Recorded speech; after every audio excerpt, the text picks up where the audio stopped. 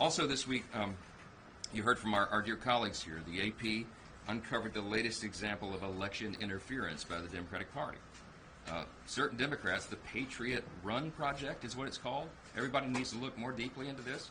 Secret group connections to the Democratic political firms and liberal donors has been trying and been preying on independent candidates with disabilities or tragic life stories. You heard Congressman Nunn talk about the situation in his district.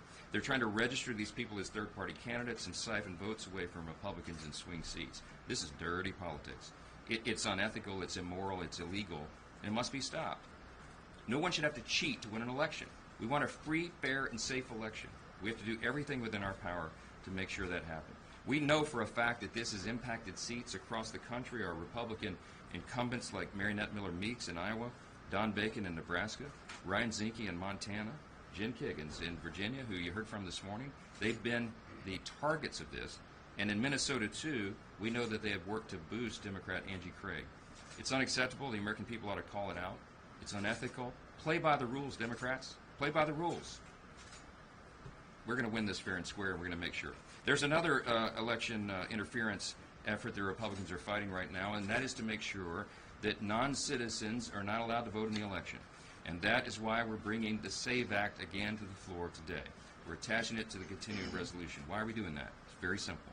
Congress has two very important assignments right now, immediately to be done. One is to make sure the government is funded, and the second is to make sure our elections are secure.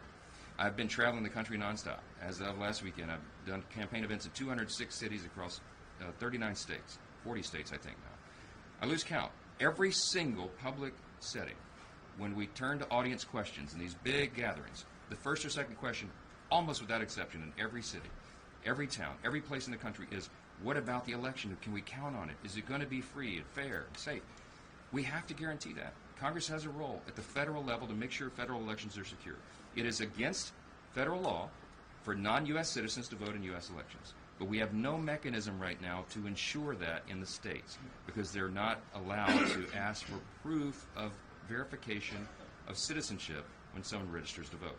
We've had a number of states already do audits. They found thousands of illegals already on the rolls.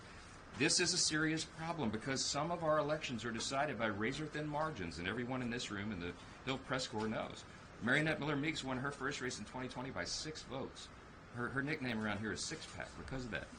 We had members, John Duarte in California won by just over 200 votes his first time.